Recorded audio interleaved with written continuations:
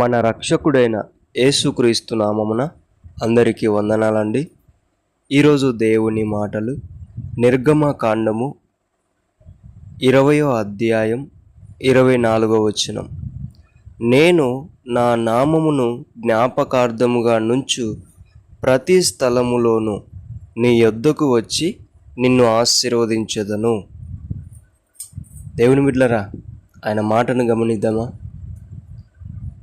ప్రతి స్థలంలోనికి వచ్చి నిన్ను గుర్తించి నిన్ను ఆశీర్వదిస్తాడంట. ఆమెన్. ఈ నెలలో ఈ వాగ్దానం అందరూ పొందుకుందురుగాక. దేవుని బిడ్డలారా, ఆయన ఎంత మంచి మనసు కలిగే ఆయననో ఒకసారి ఆలోచించండి. ఆయనే ప్రతి స్థలానికి వచ్చి మనం ఎక్కడున్నామో గుర్తించి మనము ఎలా ఆశీర్వదింపబడాలో అలా ఆశీర్వదిస్తాడంట. దేవుడు ఈ దినమున ఇస్తున్నటువంటి వాగ్దానం మన జీవితంలో ఈ నెలలో నెరవేర్చునుగాక.